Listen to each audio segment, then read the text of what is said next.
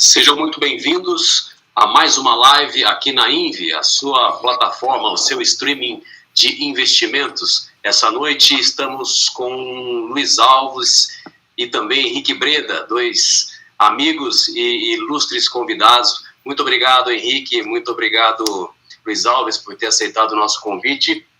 E obrigado a vocês que nos acompanham aqui na live de hoje.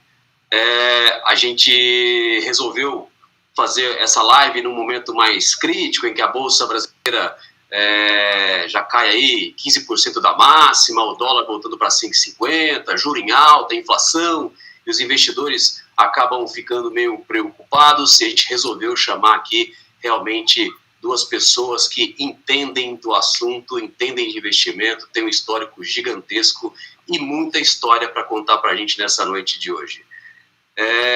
Seja muito bem-vindo, Luiz Alves, boa noite, e muito boa noite, Henrique Breda. Boa noite, Marcelo, Pedro, prazer estar aqui falando com vocês. Eu acho que é a primeira vez de forma online, sempre que a gente pode, a gente bate papo. E para mim é uma satisfação muito grande poder ver o Luiz Alves e o Cerise juntos, eu nunca tinha visto. As pessoas, você falou da palavra história, Marcelo, e a gente vê as pessoas no mercado, parece que tudo meio que começou ontem, né? As pessoas estão vivendo, assim, aquele cronocentrismo, tudo parece que é tudo muito novo, né? Quando, na verdade, apesar dessa cara meio de novinho do Cerise aí, do Pedro, ele não é tão novo assim. E quando junta esses dois juntos aí, tem muita história que dá para ser compartilhada aqui, e na medida do possível eu ajudo também. Prazer enorme estar aqui. Obrigado. Luiz Alves. Para mim é sempre gostoso falar, estar com um amigo junto, é sempre muito bom. O Marcelo falou de pessoa assustada, crise, a bolsa está 15% abaixo do top, como se isso fosse algum problema. E aí eu lembrei, eu falei, é um bom jeito de abrir essa nossa conversa. O meu avô tinha um aras de cavalo de corrida aqui em Cotia. E ele morreu, aqui, negócio de cavalo, o jockey acabou, ficou difícil. Então aquilo estava à venda e nada de vender, nada. Mas, de repente, aparece a filha do Amador Aguiar, cuja filha estava envolvida com cavalo de salto, era campeã olímpica, e ela queria comprar um lugar para a filha andar a cavalo, cuidar. E a chácara era uma gracinha que Cotia, era pertinho e tudo. E começou as conversas e ela falou, só que tem um problema, dinheiro não. Eu vou pagar com ação. Mas como ação? Não, é dinheiro, nós não temos, mas eu vou oferecer 2% do Banco Bradesco, das ações ordinárias, que representava 1% do banco. Isso era ao redor de 2000, e aceitaram o número da venda era 2 milhões de dólares naquela época. E as ações valiam 2 milhões de dólares quando ela fechou. Preço de bolsa.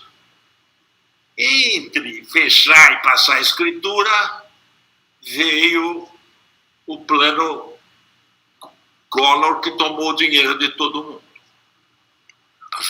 91. E com essa de tomou o dinheiro, as ações já não representavam mais 2 milhões de dólares.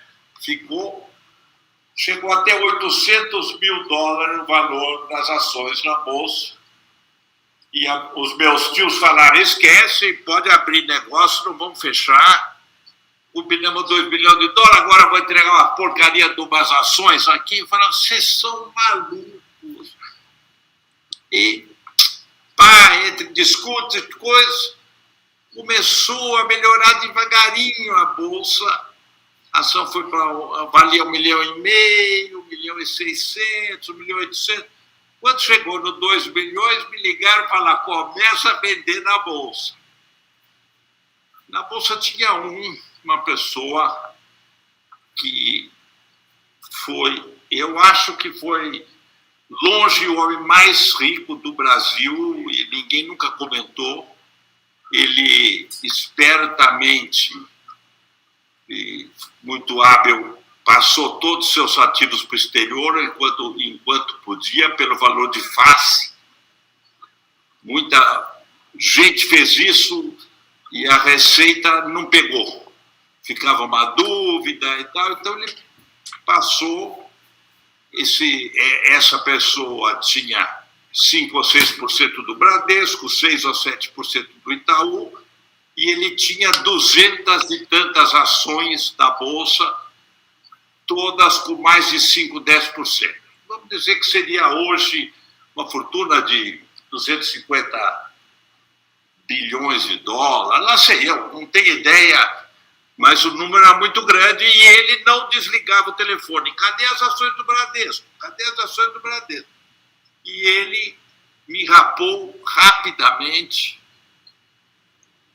as ações, menos as ações da minha mãe, que eu não deixei vender. Eu falei, deixa suas irmãs venderem e você não vende. Não, mas depois vai cair, minhas irmãs vão olhar para mim e dar risada. Eu falei, azar, não tem importância.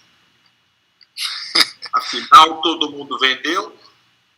Minha mãe, quando bateu a parte dela equivalente a 5 milhões de dólares, meses após essa operação, ela falou, agora preciso vender e eu vou dar o dinheiro para vocês mesmo. Então eu falei, não faça isso. Eu não sei quanto vale hoje 1% do Bradesco, mas seguramente o Bradesco deve valer uns 40 bilhões de dólares, 50, 60 bilhões de dólares, não sei. A diferença é brutal e só de dividendo dava para todo mundo viver bem. Ninguém tem mais um TUS, tá? Quer dizer, ninguém dos tios, não tem nada. Gastaram tudo, o dinheiro sumiu e ninguém tinha necessidade nem de vender, nem nada, ou podia ficar com as ações guardadas e hoje estaria todo mundo confortavelmente sentado em cima de um belo patrimônio. Então, essas preocupações de bolsa, que caiu 15%, 5%, esquece. Isso não interessa, faz parte do jogo. Dividir por 2, dividir por 3, faz parte do jogo, depois multiplicar. De repente acontece, é só esperar, estudar um pouco, que tipo de ação comprar. Então, e contar com o aconselhamento de hoje o mercado, você tem para quem perguntar. Antigamente não tinha. Você estava na Bolsa, você não sabia com quem falar. Eram pouquíssimas pessoas dedicadas à atividade de Bolsa.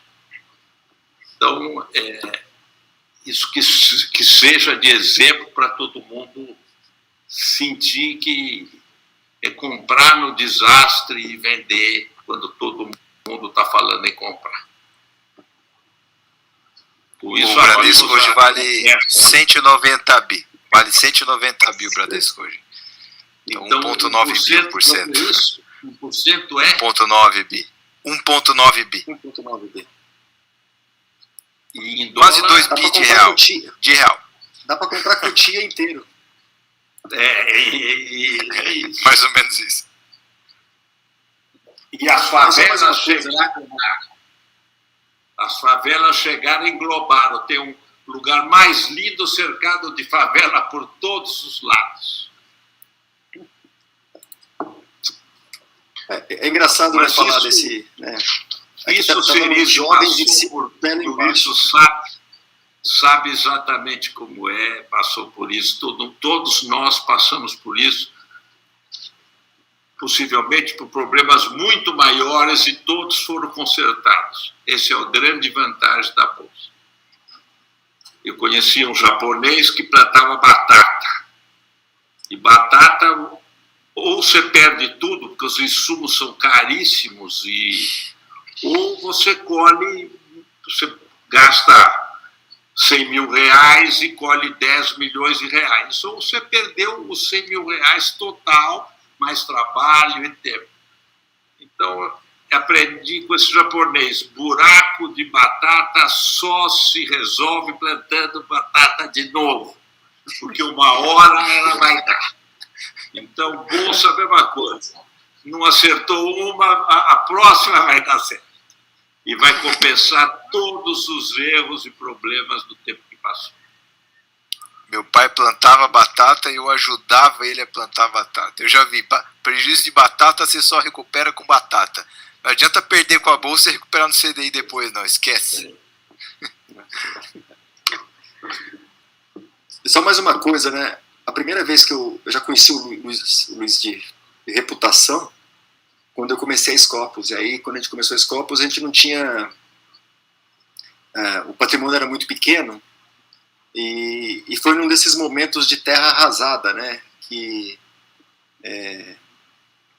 em 2001, que estava tendo expectativa de eleição do Lula, apagão, né? Imaginar que 20 anos depois, exatamente a mesma conversa, assim, o ano que vem vai se eleger o Lula e vai até ter apagão. Peraí, acho que eu já vivi isso antes, né? Parece que eu já tive essa história, e foi 20 anos atrás, o fundo era muito pequeno, eu tinha saído do BBA, né? Aí a Grifo fez uma reunião lá com os investidores deles, onde a gente montou um fundo, e todo mundo ia aportar no fundo, e a gente ia fazer uma oferta concorrente contra a ES, era aquela empresa americana, que tinha comprado as ações da Geração Tietê no leilão de privatização por R$ 78, e o preço da ação na bolsa era R$ 7. Então, ela, para poder fazer um preço médio, ela fez uma oferta pública para poder comprar as ações a R$ 11. Aí todo mundo ficou feliz pra caramba. Eu falei, peraí, essa empresa tem no caixa lá, ela pode pagar um dividendo muito alto, está muito barato, né, essa ação. Então a gente vai fazer uma oferta concorrente. E aí a gente juntou esse grupo de investidores na Rede Grifo, e lá estava o Luiz Alves entre os investidores da Rede Grifo. E a gente acabou fazendo uma oferta concorrente, pagando 1 centavo a mais, né? E a gente conseguiu levar lá uma certa quantidade de ações e tal, e aí foi a primeira vez que eu falei com o Luiz Alves. E na época, eu era jovem, né? Eu tinha 30 anos, e o Luiz Alves era um velho, que por acaso tem a mesma idade que eu tenho hoje, então eu me sinto assim, caramba, na época eu não achava que o Luiz Alves era velho. Então assim, hoje, caramba, eu tô no estágio que o Luiz Alves estava a primeira vez que eu encontrei ele, né? E assim, numa situação parecida. Com apagão e Lula. A segunda vez que eu encontrei com o Luiz Alves, depois disso, foi em 2004, 2005, eu não me lembro muito bem, porque aí depois que a Geração Tietê fez a oferta por R$ 11 e não conseguiu comprar porque a gente pagou na frente, ela comprou as PNs por 17. E aí, 2 meses depois de fazer a oferta, ela pagou R$ 7 de dividendo. Porque ela usou o dinheiro da própria companhia para poder pagar os acionistas que ela tinha comprado depois. E aí, no ano seguinte, pagou mais R$ 7 de dividendo. Aí, no outro ano, pagou mais R$ 7 de dividendo. Aí, a ação subiu, depois de pagar 7, mais 7, mais 7, subiu para R$ 30. Aí, eu peguei, agora, o retorno implícito dessa ação agora só está em 16% ao ano. Tem coisa melhor para comprar, né? Aí, a gente vendeu essa posição.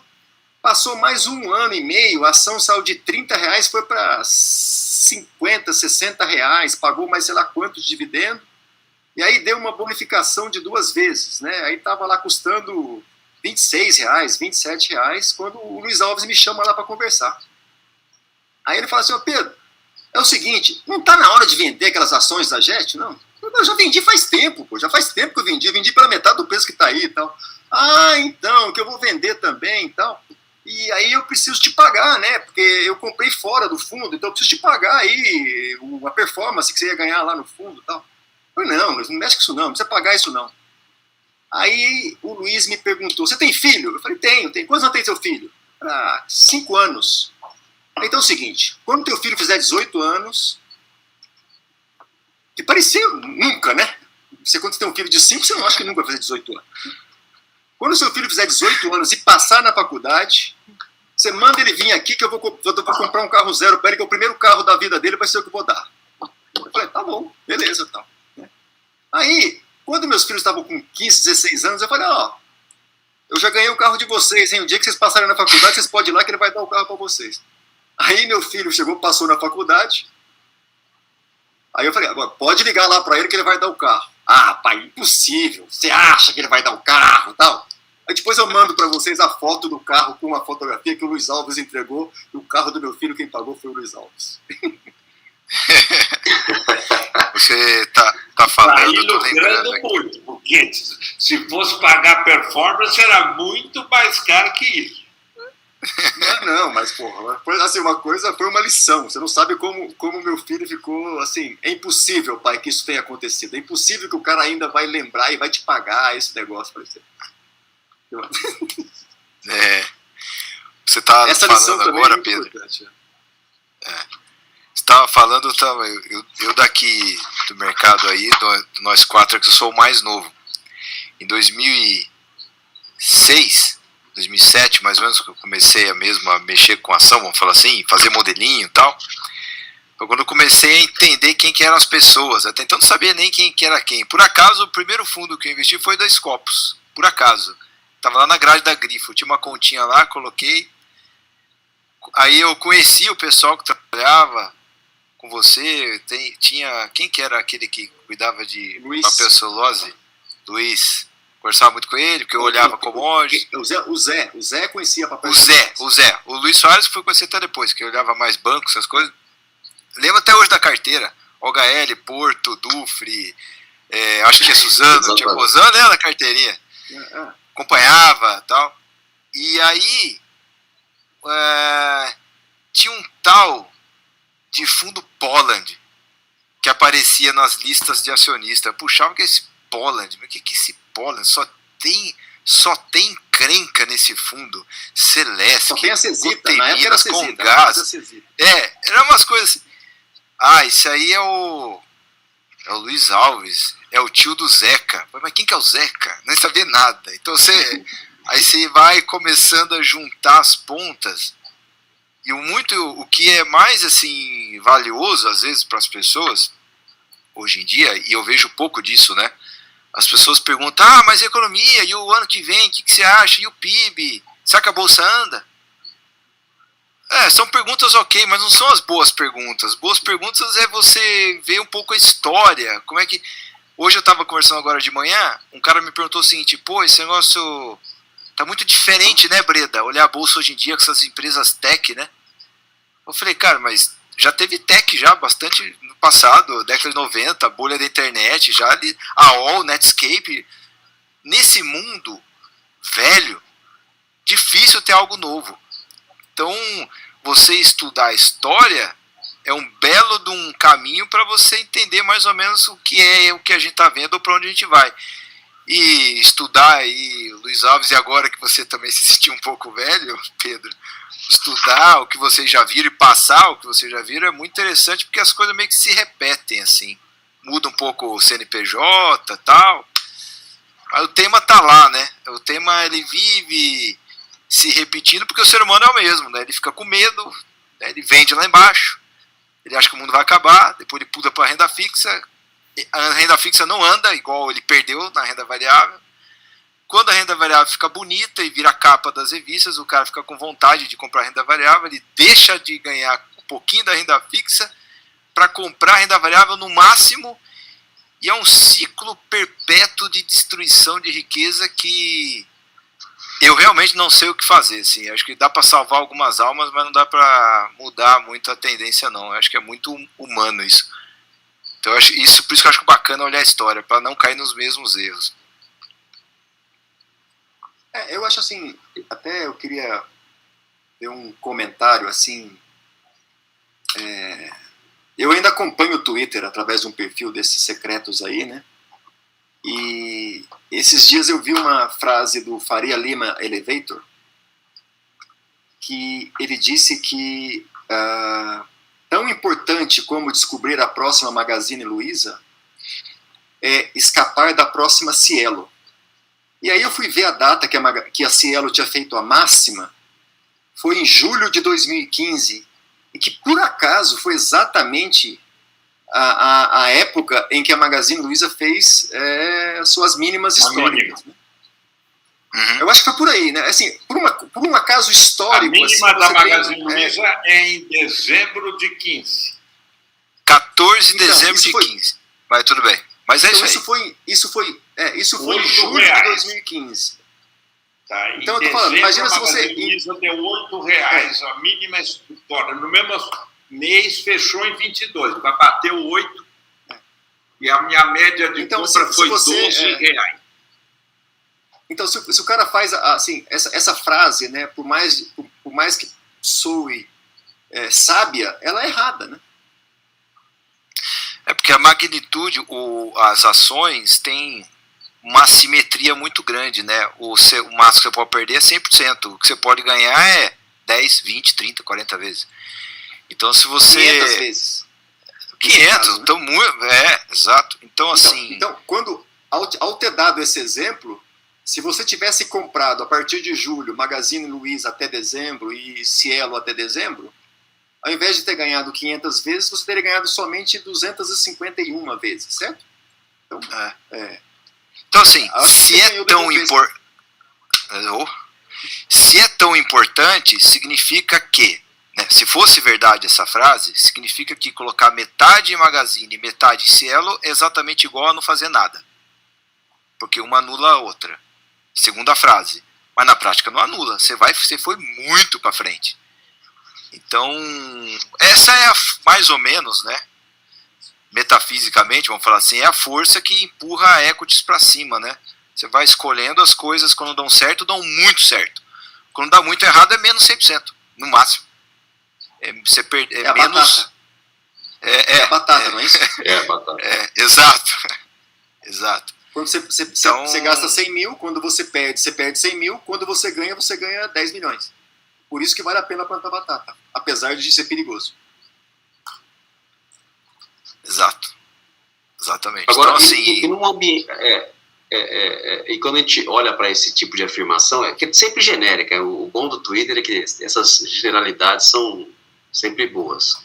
Mas, olhando aqui para as pessoas que nos assistem agora, no momento que nem esse, qual é a hora de escolher? Para onde a gente tem que olhar? Qual é a Cielo e qual é a Magazine Luiza? Quais são os setores que vocês acham que devem performar bem daqui para frente ou mal? Porque isso tem um certo ciclo de setor. O que vocês acham? Deixa eu só falar um negócio que acho que é importante até aproveitar o... Tá. Não vá atrás de setor. Setor é uma coisa muito genérica. Vá atrás de firmas. Possivelmente as melhores são dentro dos melhores setores. Mas você pegar a farmácia, você tem uma Drogasil e você tem dezenas que faliram, que valeram zero. Então não é o setor de farmácia que é bom. Era a Drogasil que era bem tocada, que atingiu múltiplos fabulosos contra outras mal administradas que ruíram. Então, é muito... Por exemplo, eu fui comprar um remédio com a minha mulher. E ela demora para vir receita, precisa carimbar receita, não tem aquele remédio, vai ver os descontos e tal. Enquanto nós estávamos esperando, eu expliquei como funciona a farmácia.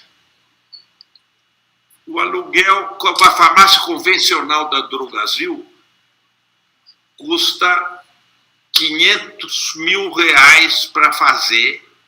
Você paga aluguel do terreno, gasta R$500 mil, monta aquelas farmacinhas com as prateleiras, deve ter R$1 milhão de estoque lá dentro, e elas têm 5 ou 6 mil dessas pequenas lojinhas, e teoricamente muito fácil de administrar, porque é só mandar abrir a lojinha e manter o estoque.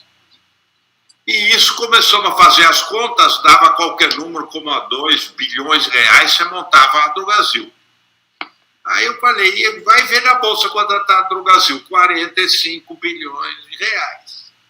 Então, não é hora de comprar a Drogasil se você com 2 bilhões, você monta uma coisa idêntica, monta as lojas, administra estoque, põe capital de giro. Então é hora de vender a Drogasil. Não quer dizer que se vender a Drogasil ela vai cair, de repente ela vai subir mais ainda. Mas, então, setor, tanto faz, você tem que comprar algo que é bem administrado, de gente séria. E dane-se o setor, porque os setores são cíclicos, o que é ruim hoje vai ficar bom amanhã. Basta a firma ficar de pé que ela se recupera.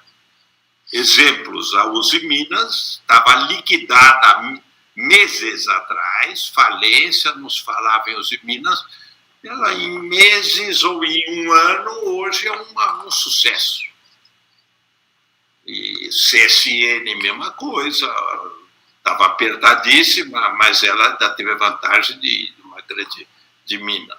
A Belgo Mineira, nos anos 2000, teve que se liquidar de tudo, não tinha solução, multiplicou por 50 e tantas vezes em dólar. Até aquela época foi a maior alta da Bolsa, depois tiveram outras. Então, escolher companhias individuais, independentes do setor. Eu, principalmente, gosto muito de coisas simples que dê para analisar. Então, para mim, coisas de tecnologia eu não tenho hipótese de analisar. Então, esquece, eu nunca me meti. IPO, nunca me meti em nenhum. Porque o IPO presume que tudo vai andar muito bem daqui para frente. Eles fazem o cálculo do ideal quando vendem. Então é melhor comprar coisa que ninguém quer, que está abandonada, largada, com alguma perspectiva de existência.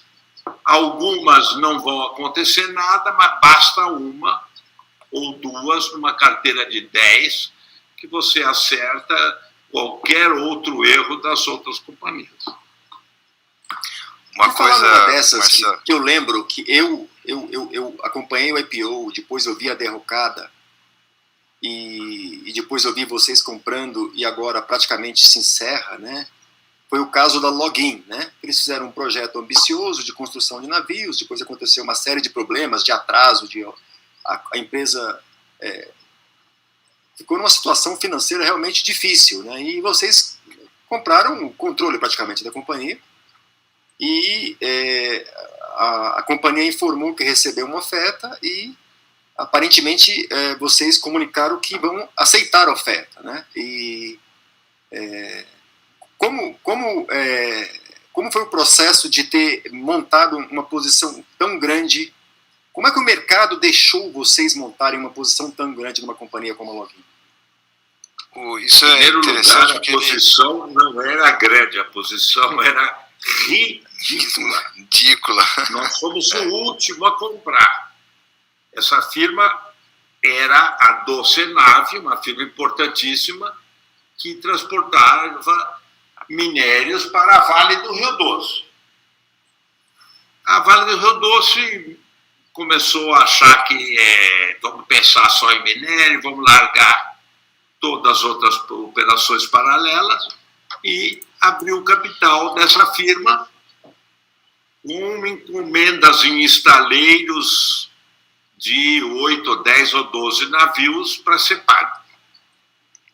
Os estaleiros faliram e desapareceu 600 ou 700 milhões de dólares, desapareceu da companhia. E a companhia não tinha, ficou numa situação total de insolvência. Até que, então, todo mundo devagarinho, ela foi ruindo devagarinho. E todo mundo foi liquidando. E nós fomos o último a comprar. E quando a empresa inteira valia 15 milhões de reais. Então, nós compramos aí, pusemos 5 milhões de reais, chamamos uma subscrição para ela poder pagar a conta de luz ou pagar o salário atrasado do porteiro para poder abrir todo dia. E aquilo foi correndo. Tivemos a sorte de ter um executivo fabuloso, que nunca tinha trabalhado como executivo, que era ele tinha uma gestora e vendeu todas as ações da gestora, sobrou as ações que ele tinha da Login, que não valia nada. Ele falou: olha, é a única coisa que eu tenho, eu posso trabalhar lá? Eu falei: vai lá e põe a firma em dia. Ele tocou, fomos muito bem apoiados naquele tempo pelo BNDES, e começou a desembaralhar as coisas. O primeiro assunto hoje é o que é a Hidrovias do Brasil. A Hidrovias foi criada para comprar uma linha do Rio Amazonas que levava minério do Belém até Manaus. Esse é um contrato de 20 anos, são 2 navios, uma esteira rolante. Um está pegando, outro está entregando, está vindo, voltando, faz isso 20 anos. A depreciação do navio está toda combinada, o juro está sendo pago, e isso vendeu por 700 milhões de reais, ou 700 milhões de alguma coisa, que eu já não me lembro. Foi exatamente. E com isso foi pago alguns empréstimos que tinham risco de ser executados. Os outros empréstimos foram levando com a barriga, devagarinho, aqui. A companhia de seguro pagou 50 ou 60 milhões de dólares dos total de 500 que foi perdido nos estaletos. E nós chamamos aí uma terceira subscrição, uma quarta subscrição, e com isso a firma devagarinho foi andando, até o ponto que ela hoje tem 30% do mercado de cabotagem na costa brasileira. Agora explodiu os preços de transporte de contêiner. Um contêiner que pagava, o ano passado, $1.000 para transportar, hoje, por $15.000, o pessoal não aceita transportar o mesmo contêiner de qualquer lugar do Brasil para ir embora. O pessoal que exporta café não tem conseguido espaço em contêiner. Eles pedem 6 meses, 8 meses para poder conseguir transportar. Então, houve uma melhora, os preços de navio multiplicaram por 4 ou 5, e os estaleiros do mundo não entregam navio, não aceitam encomenda para os próximos 2 anos. Com isso, despertou interesse desses grupos internacionais em ocupar espaço aqui no Brasil, e apareceu essa oferta que nós... E é o seguinte, na minha visão, quando alguém quer comprar, eu vendo, e quando alguém quer vender, eu compro. É que o mercado é muito bom. É um bom princípio para sair negócio, né? Porque senão não tem jeito. Quando você quer vender e o cara não quer comprar, você está morto. Então, o cara quer comprar e você ainda recusa a oferta. A oferta é boa? Não sei. Parece que é boa, mas e se o mundo mudar daqui para lá, de lá para cá? Então, vende porque você sabe. O que você precisa saber é o seguinte: tem coisa mais barata do que o que você está vendendo? Tem. Então, eu vou pegar o dinheiro e vou comprar outra coisa. A vida na bolsa é uma troca. Você vende uma para comprar outra. Agora, se você está vendendo muito barato, você vai comprar as caras? Não, é o inverso. Você vendeu no preço justo e tem coisa barata? Tem. Então, vamos comprar o barato. Esse ponto é engraçado, né? Pode falar, Brenda, pode falar. Não, é que tem um negócio que assim, demorou para eu pegar isso, mas ao longo do tempo você vai vendo com o Luiz Alves que ele joga muito com o tempo. Que tem um pouco aí com o que o Pedro falou sobre a carteira teórica de metade Cielo, metade Magazine. Luiz Alves vai dando tempo para as coisas acontecer. Então, assim, a companhia, a Login 2015, 2016, em algum momento ali, flertou com a possibilidade de recuperação judicial. Pensou, olha, talvez seja o caminho, tenho que ver aqui, não tinha dinheiro mesmo. Não, vamos lá, conversa, renegocia, pede mais prazo com o fornecedor, teve que pedir prazo. Olha, pedimos tudo que precisava, precisa de 21 milhões para o mês seguinte. Não, vamos chama capital, chama 22. Vai indo, vai dando tempo, troca um executivo, vai. É meio aquele negócio, se não morre, o que não mata engorda, né? Então você vai mantendo ali vivo e, óbvio, né? Vai colocar, apoiando gente boa, executivo. Aí vem lá a Falcone. Puta, a Falcone achou quase 50 milhões de reais de EBITDA ali dentro. Olha só que coisa. Como é que pode? Então vai indo, vai jogando com o tempo. Chega uma hora, tudo aquilo que estava jogando contra você começa a dar uma virada. Né? O PIB dá uma melhorada, né? A carga aparece. Então isso é um negócio muito bom para quem investe em empresa saber. É óbvio, né, que tem coisas que dão errado, óbvio. Mas você apoiando as companhias com pessoas certas e tal, uma hora chove um pouco na sua horta também. O tempo também joga um pouco a favor. E o Luiz joga muito a favor contra o tempo. Uma ação que está na carteira do Poland há muito tempo e ficou, sei lá, 12 anos aí meio parada, de repente resolveu andar pra cacete, essa Celesc. Então jogando com o tempo, barato, né, tem problemas, tal, dá para ficar mais eficiente, mas tá lá. Tá comendo o retorno seu, de repente o negócio começa. Aí sai de 16, vai para 60 assim, em 6 meses. E meio que paga a conta da demora. Dava para fazer coisa melhor? Dava, mas você não sabe. Você vai jogando com o tempo, isso é interessante. O tempo, uma história interessante, né? Na Scopus, né?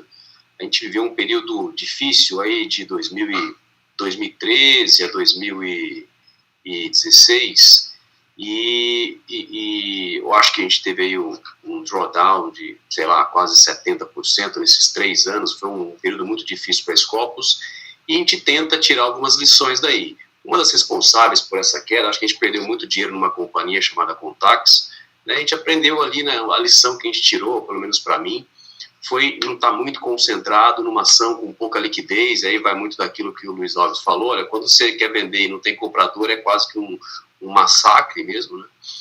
E eu sei que depois, enfim, o tempo recupera, o fundo se recuperou, a gente já está aí, depois a gente conseguiu fazer novas máximas e tal, mas com relação ao Alasca, né, vocês estão vivendo aí um período, basicamente, aquilo que a Scopus viveu lá atrás e que eu acho que é uma sina de quase todas as gestoras que, pelo menos, a gente conhece, uma época que as coisas começam a não funcionar ou alguns investimentos não vão de acordo com aquilo que a gente espera, mas a gente sempre tem que tirar uma lição disso. E dessa história toda que vocês estão passando, ô Breda, o que vocês tiraram de lição? O que vocês aprenderam daí? Olha, a gente teve um monte de lições, né? Então, dá para falar desde distribuição, funding, até a própria gestão do fundo e como encaixar fundo com o passivo, com o investidor, também é importante. 2 pessoas diferentes investindo numa mesma ação têm retornos diferentes, se elas têm comportamentos diferentes. Isso vale para um fundo também. A gente tem 2 famílias de fundos aqui, né? A que nos deixou mais conhecido é o fundo, o Alaska Black BDR, que tem ações, tem juros, tem dólar, já teve BDR no passado, hoje não tem, que é a menor família, tem 2 bilhões ali. E tem a família Long Only, que Long Only é só ações puros, sem derivativos, sem alavancagem, sem nenhuma outra classe de ativos. Ali tem mais ou menos 12, tem 12 bi ali mais ou menos. O que a gente aprendeu bastante com essa história? O Alaska Black BDR, ele tá naquela categoria de fundo que, quando você vai muito bem, você é louco.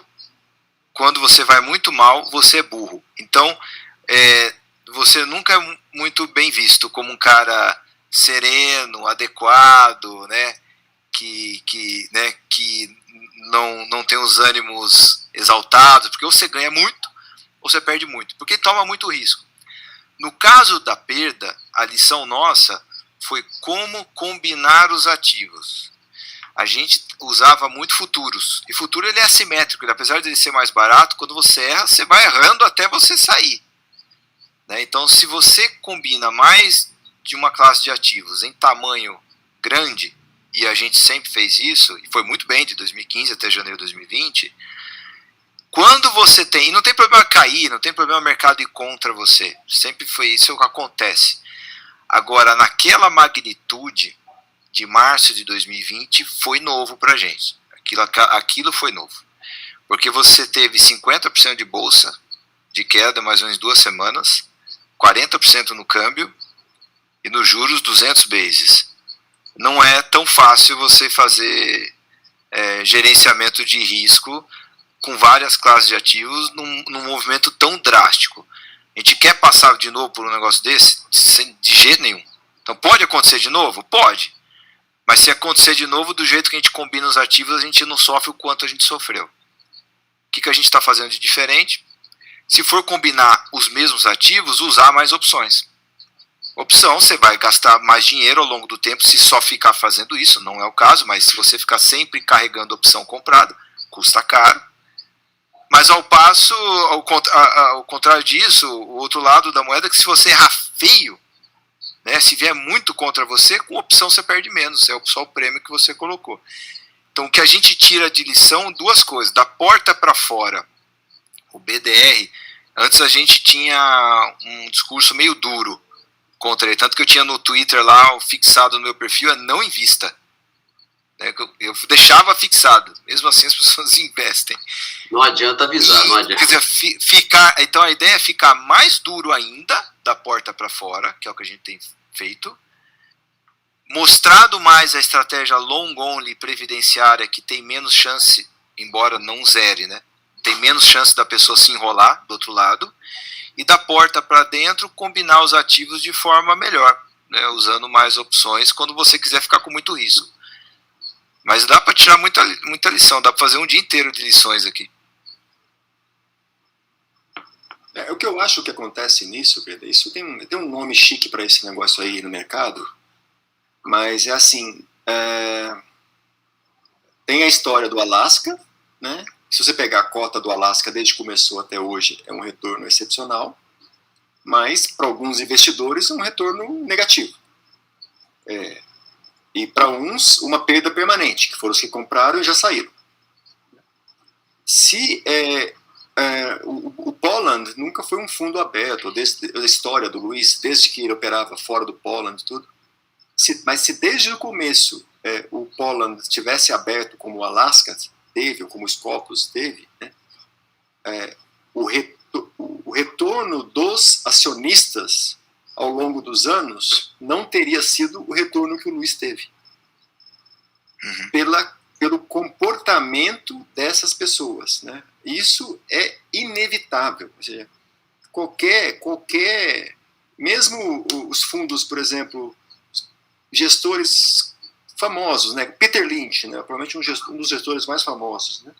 Na época que gestão ativa ainda tinha algum apelo.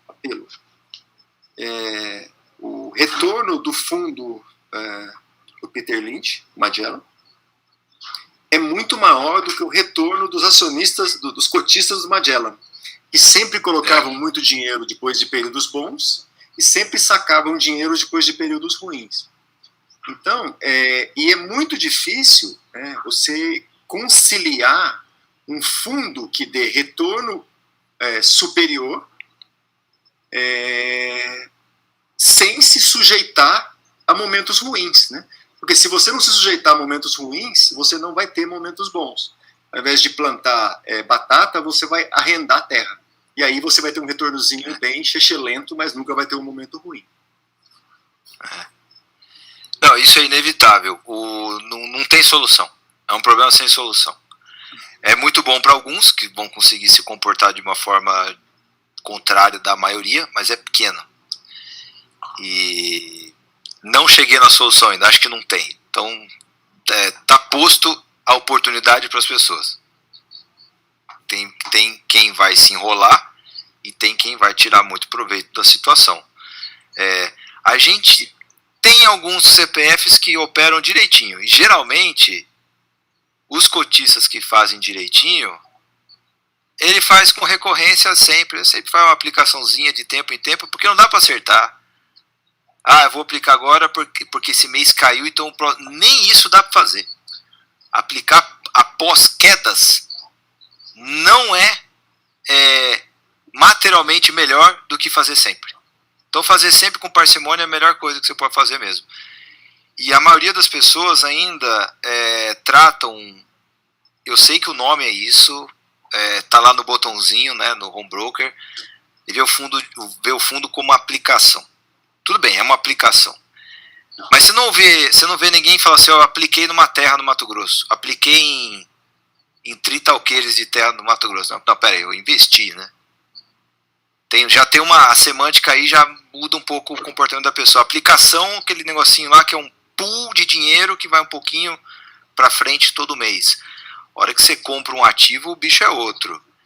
Ativo, gerador de caixa, o valor dele muda ao sabor do mercado, que realmente, se for um bom ativo, tiver geração de caixa, você vai compoundando isso, vai compondo isso ao longo do tempo, pode ser muito bom. Mas a variação do preço no curto prazo é muito mais importante para explicar o retorno do que o compound da geração de caixa. Mas aí é super, hiper sofisticado esse assunto para a massa. Então vai o tempo mesmo selecionando, separando o joio do trigo, e eu não sei se algum dia aí depois, a hora que a Inversa estiver gigantesca, dando curso, tendo faculdade de valuation, sei lá se a gente muda um pouco isso, mas vai ser uma trabalheira. Por isso que estamos aqui. Eu acho que nesse ponto, né, o mercado ainda tem que passar por uma educação. O investidor ainda... ele tenta se enganar para buscar fundos que estão subindo mais, ele se desenquadra, ele entra num perfil de risco que não é o dele, só para aplicar naquele fundo que está subindo mais, enfim. Eu acho que ainda tem uma série de conflitos de interesse na hora de indicação de fundos por plataformas, enfim. Eu acho que o Brasil ainda tem um caminho longo a percorrer, né, na parte de educação financeira, principalmente para o próprio investidor se conhecer. Ele acaba, por ganância e por vontade de ganhar mais e por vontade de ganhar rápido, se enquadrando e se colocando em perfis de investidor que não são dele, né? Aplica muito dinheiro num fundo muito volátil e não aguenta a volatilidade.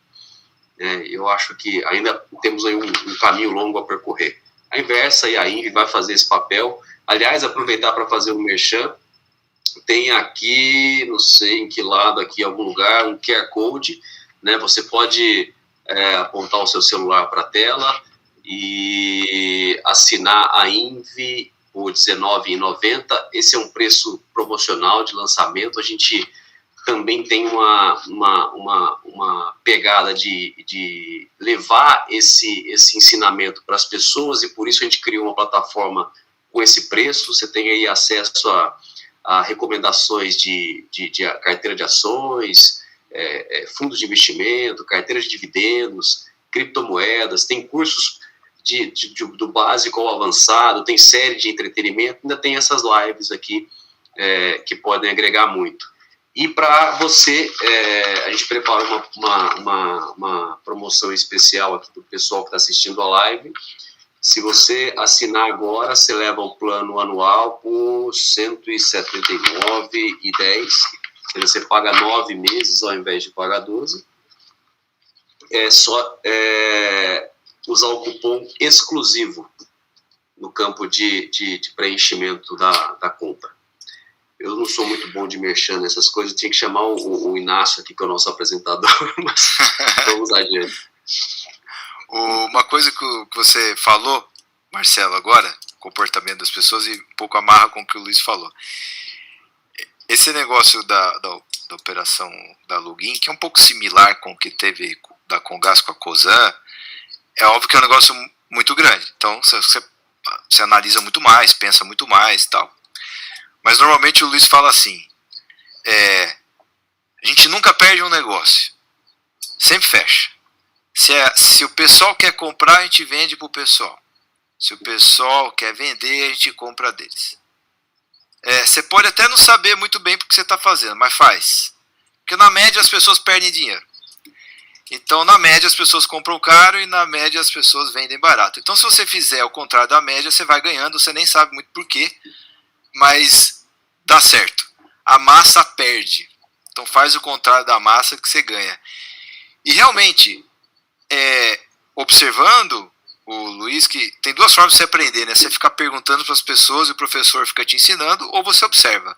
Eu acho que os caras que realmente têm o que ensinar, ensina pelo exemplo e você observa, né? E as melhores compras que o Luiz Alves fez e as melhores vendas que o Luiz Alves fez, ele reagiu. Ele não foi atrás. Batem na porta. Basta você dar o fechado. Então começa todo mundo querer comprar bolsa. Apavorado. Quer bolsa, bolsa? O que o Luiz Alves vai fazer? Ele vai vender. Então as pessoas querem bolsa, eu dou bolsa para eles. Não tem problema. Quando ninguém quer, vai comprar. Foi assim que a gente conseguiu um dos maiores clientes nossos. Final de 2016, começo de 2017, apareceu um fundo soberano para conversar com a gente, queria entender um pouco a casa. A gente não tinha a menor condição de receber aporte de nenhum investidor estrangeiro, não tinha nem de perto os controles e tecnologia, vamos falar assim, que a gente tem hoje.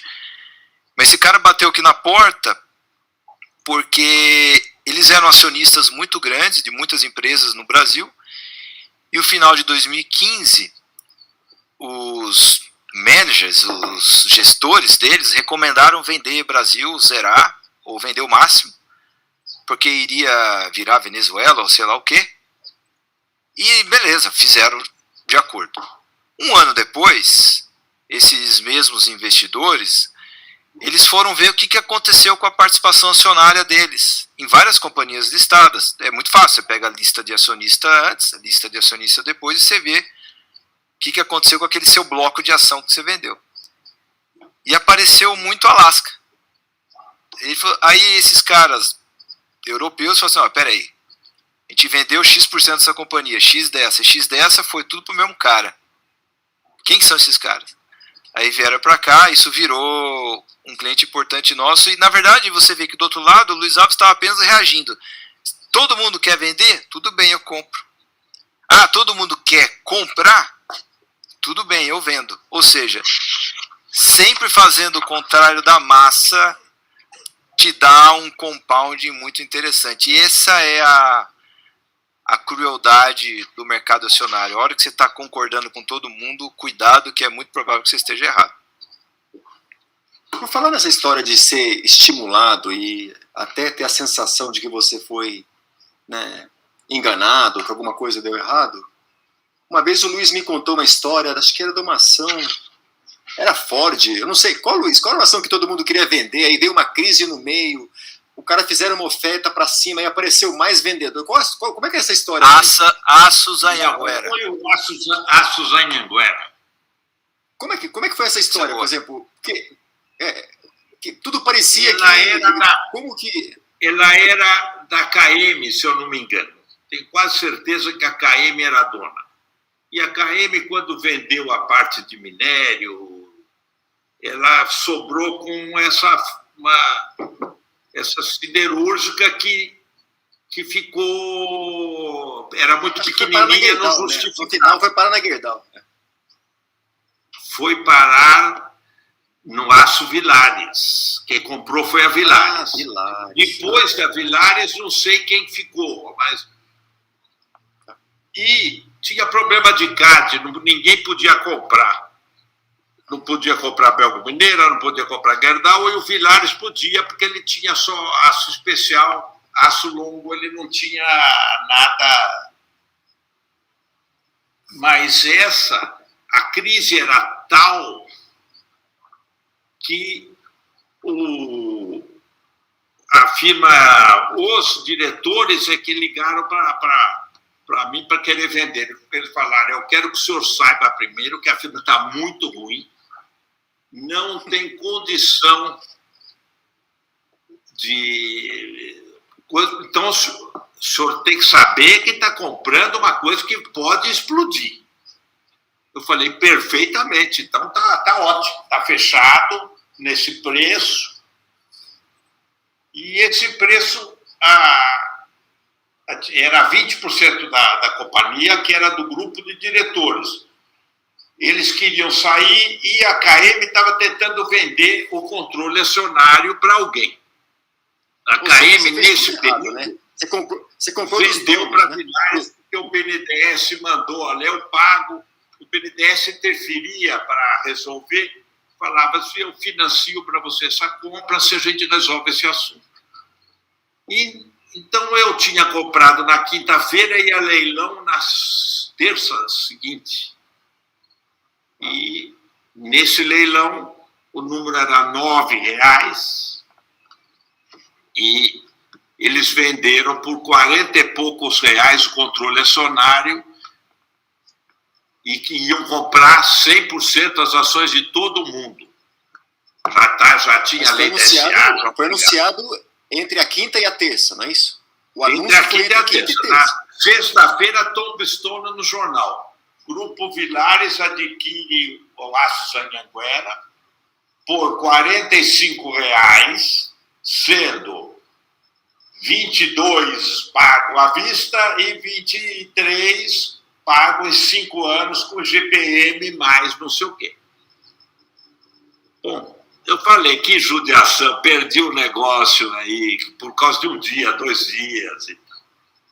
Mas o leilão foi na terça-feira e eu comprei 20% ou 30% a mais nos R$9 porque houve interferência de vendedores. Então, o assunto está em desuso. O pessoal não lê que vai daqui a 10 dias, 20 dias, vão pagar o cheque de 24 e o resto vai pagar em 5 anos com juros. A pessoa não lê, não quer saber. E efetivamente, eu comprei e semanas depois recebi já o triplo ou o dobro do que eu tinha gasto e fiquei recebendo durante anos do Vilares, que eu ia pessoalmente buscar lá todos 6 meses eu ia lá e eles punham um carimbinho num papel como mas se fosse essa história eu me lembrei eu não lembrava muito bem, mas eu lembrei dessa história porque esse fato que o Breno disse, né, que alguém ligou para você, não é que você ligou lá, eu quero comprar, não. Não, o diretor, o grupo de diretores, que quando eles viram que não tinha mais solução e não estava conseguindo vender, entre eles venderem e o BNDES resolveu dar um apoio, vai saber o que aconteceu. E aí você estava lá... Pedro, é quase sempre assim. Melhor do que isso. Aí era uma firma que era do Rothschild na Europa. Mexia com aços especialíssimos aqui, em frente ao Golf Clube de Santo Amaro. Esqueci o nome da empresa. Era capital aberto, lançamentos do ano 70, que toda a firma brasileira entrou na Bolsa em 70. Toda. E aí ficaram mal lançadas, não valiam nada. Também os diretores queriam liquidar, mas isso foi $10 mil. Então eu comprei a posição da diretoria por $10 mil. Eles falaram, não, porque o Rothschild entregou para nós e tirou a garantia nos bancos e nós não tem jeito, amanhã vou pedir concordata, mas não tem solução, não tem porquê. Ele parou de pagar o prejuízo aqui. Então, o senhor também está informado que isso aí é uma bomba. Um ano depois, este mesmo diretor comprou de mim por $550 mil, as mesmas ações. O Rothschild resolveu bancar de volta a companhia e fez um leverage buyout para todos os diretores, financiou, pagou tudo que devia aqui nos bancos. E assim foi, assim vai, e tem isso, aconteceu várias e várias e várias vezes. Mas isso Mas é eu acho bom que, aí eu acho que quando você olha um ambiente genérico, né, Luiz? Eu acho o Aço Vilares, o gigante que era dona de elevadores, de várias siderúrgicas, o Aço Vilares tinha comprado uma prensa para calota de energia atômica. Não existia nenhuma no mundo, só a de Pindamonhangaba, nunca fez nenhuma calota para nenhuma usina atômica, custou $1 bilhão, financiado pelo BNDES aqui, e nunca funcionou. E esta firma, anos depois de ter comprado disso, ou meses depois, valia na Bolsa $1 milhão. E aí ela foi picada, vende uma coisa, vende outra, paga uma dívida, paga outra dívida, e acabou o Grupo Vilares, que era o grupo do milagre brasileiro, que o governo queria a substituição da importação, que todas as indústrias brasileiras tinham crédito infinito para fazer o que quisesse. Então, esse é o Brasil e essas oportunidades estão aí. Se você pega uma ou duas, dá para acertar a vida. Mas acho que, olhando genericamente, né, em épocas que tem muito fechamento de capital, é justamente as épocas que todo mundo está entregando as companhias para os donos, né, e épocas de IPO é exatamente o contrário. Quando as pessoas acham que elas vão comprar dos donos e fazer um grande negócio, indo atrás dos donos, né? Eu acho que hoje o que aconteceu é que muito banco foi atrás da empresa para dizer assim, ó, eu quero te comprar, eu quero fazer um IPO. Aí o cara fala, eu quero, não, mas eu quero, e aí o cara fala um preço e o preço sai no preço que o vendedor que não queria vender. Ou seja, eu só vendo porque é ofensivo não vender, né? Uma regra geral, que pode ser regra geral, mas mais ou menos acaba funcionando, essa de você ser reativo e ter paciência, quer dizer, os caras batem realmente na sua porta. Colocar dinheiro no login quando ela estava lá bambeando das pernas lá a R$2, R$3, ou sei lá quanto que era mais ou menos, a companhia pediu para pôr dinheiro, você estava reagindo, você vai lá e põe. Então aí é quando o mercado, você está reagindo. Agora, essa regra geral de acompanhar o dono é interessante. Quando você vê lá o aumento de capital lá atrás, na Suzano, acho que teve debênture conversível na Suzano também, não foi só? Então, você tinha que pôr. Ou você põe, você tinha que pôr, a companhia precisava, né? A debênture também da Gerdau, começo desse ciclo aqui, começo de 2016, os donos colocaram também. Na Rumo, você via lá a Cosan, Rubens Ometo colocando pra caramba, comprando direito de subscrição. Então você acompanha os donos das companhias na compra e na venda. Na venda é importante também acompanhar. É um norte interessante também, bater o olho. Para quem que é a minha contraparte nessa história? É o dono da companhia? Pô, por que eu tô certo e o dono tá errado? Essa história eu entendo bem, porque nessa época a gente era sócio em comum, né? A gente, tanto a Scopus quanto o Luiz tinha uma posição. Isso foi até antes do Alasca, né? A gente tinha uma posição grande. Foi no meio. A posição é bem antiga. A operação. A gente tinha uma posição grande de Comgás, exato. Eu estava no conselho eleito pelo Luiz Alves e tal. Era uma empresa muito bem tocada. Tinha lá o Luiz Henrique, que era o CEO da Comgás, que hoje é o CEO da Cosan, que é um cara muito bom, né? Só que foi por isso que ele subiu tanto assim, ele cresceu no grupo. E sempre tinha, né, essa conversa, vai comprar, vai vender, vai isso, vai aquilo e tal. E todo mundo, só lembrando, né, o Luiz estava na Comgás antes da própria Cosan, né, na época da Shell, então ele estava antes. Então não é que ele comprou, ele já tinha, muito antes de toda essa história. E aí, em determinado momento, né, a Comgás acelerou os dividendos dela, a gente sabia que ela estava segurando um tempo, ela acelerou o pagamento de dividendos, porque a própria Cosan precisava lá em cima, lá na holding, fazer um aumento de capital na Rumo, né? Então vinha as holdings entrando 40% de dividend yield, não deu? Perto disso. Foi deu, um 40% acelerado. de dividend yield.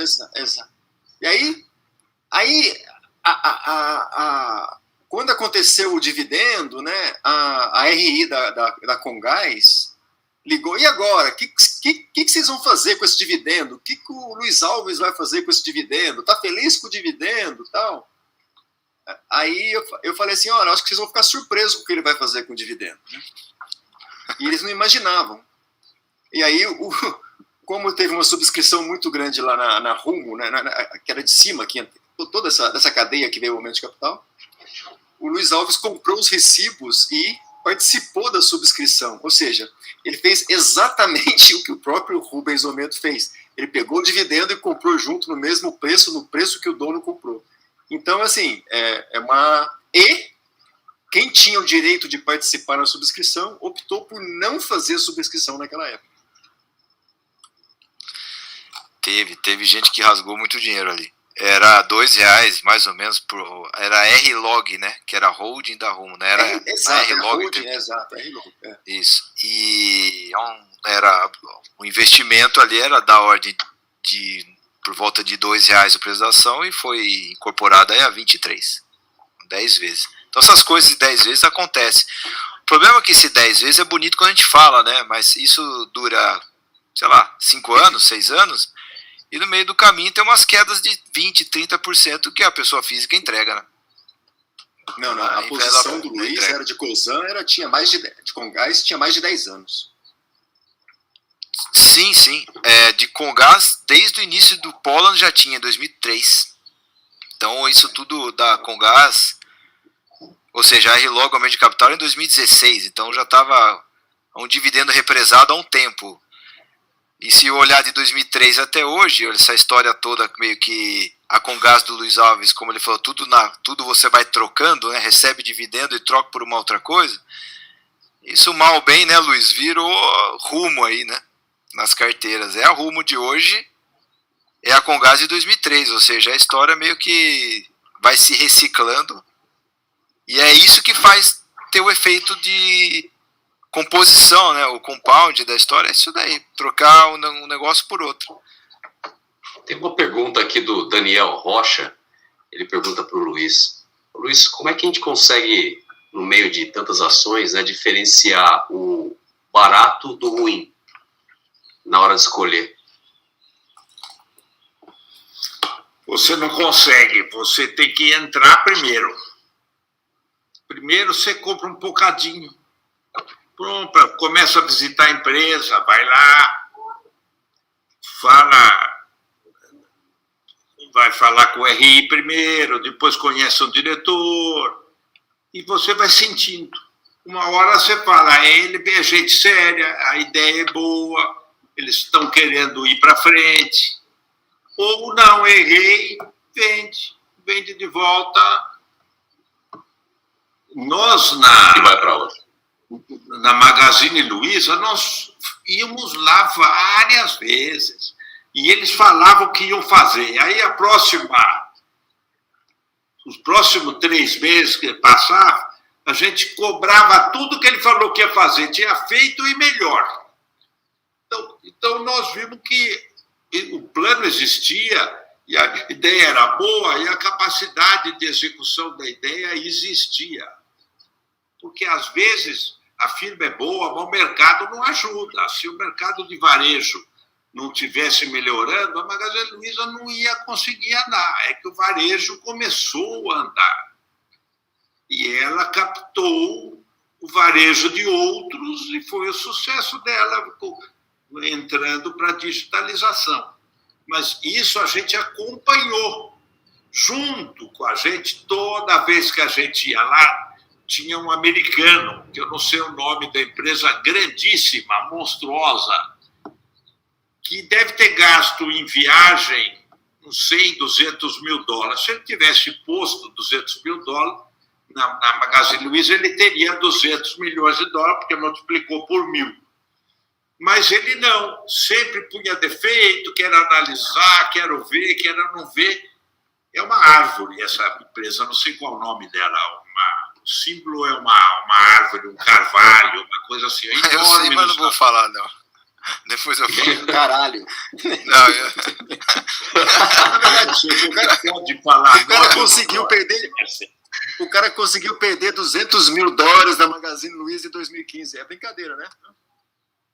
Toda vez ele estava lá de terno e com uma linha dele. É daqueles que vinha, passava o dia e pegava avião de volta. Seguramente, Luiz Alves ele leu o por Diário 10 Oficial. meses Sem ler o Diário conseguiu ir lá na Oficial. recepção. até ser físico tá valendo, Pedro. Você lê, Luiz, Diário Oficial ainda online? Dá para ver? Não tem mais. Agora é eletrônico, já não interessa, não tem mais leitura. E, infelizmente, a gente vai ficando velho e não tem mais aquele ânimo que tinha antes. Mas ainda dá. É dos poucos negócios que a idade não impede. Se você tem boa saúde, dá para, com 80, 90 anos, ainda ganhar dinheiro na bolsa. O Warren Buffett, não sei quantos anos tem, mas deve ter 95, 94, e está indo muito bem. É só a cabeça não pegar um Alzheimer que tá bom. Marcelo, o Luiz, ele faz isso de forma automática, mas eu já dei uma catalogada, então eu posso responder bonitinho aí. O que o Luiz faz para saber se é barato, né, ao invés de ser ruim? A primeira coisa que ele faz, ele solta aqui os perdigueiros, né, os analistas, todo mundo. Primeira coisa que ele faz, descobre para ver se a firma existe. Parece bobagem, né, mas primeiro ver se existe. Né? Tá ali, o que é isso aí? É uma fábrica? Onde fica essa fábrica? Aí você fala, qual que é o tamanho? É grande? É limpa? Em ordem? Tá. Porque as pessoas não sabem ainda, mas tem, às vezes, lista empresa na bolsa que não existe. Isso acontece. Primeira coisa, ver se a firma existe. Segunda, você começa a conversar com as pessoas, você fala, vai lá conversar com o pessoal, vai ver, vamos lá ver. Conversa com o dono, o presidente e tal. Aí ele quer saber, o pessoal lá é em ordem? Porra, você descobrir se as pessoas são em ordem, quer dizer, não é ladrão, é competente, é do ramo. Aí é em ordem. Beleza. Aí depois ele quer saber, que já é um pouco uma derivada disso. Eu falo assim, o pessoal lá é bom de serviço? Ou seja, no setor onde a companhia está, é competente? É melhor que os outros? É top?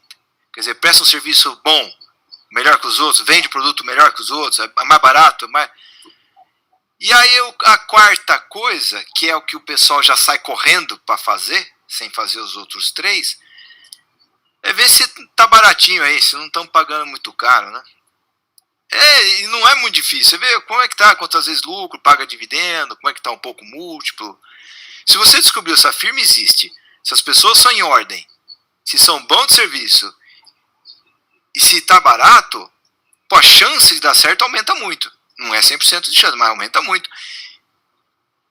Não é muito mais do que isso.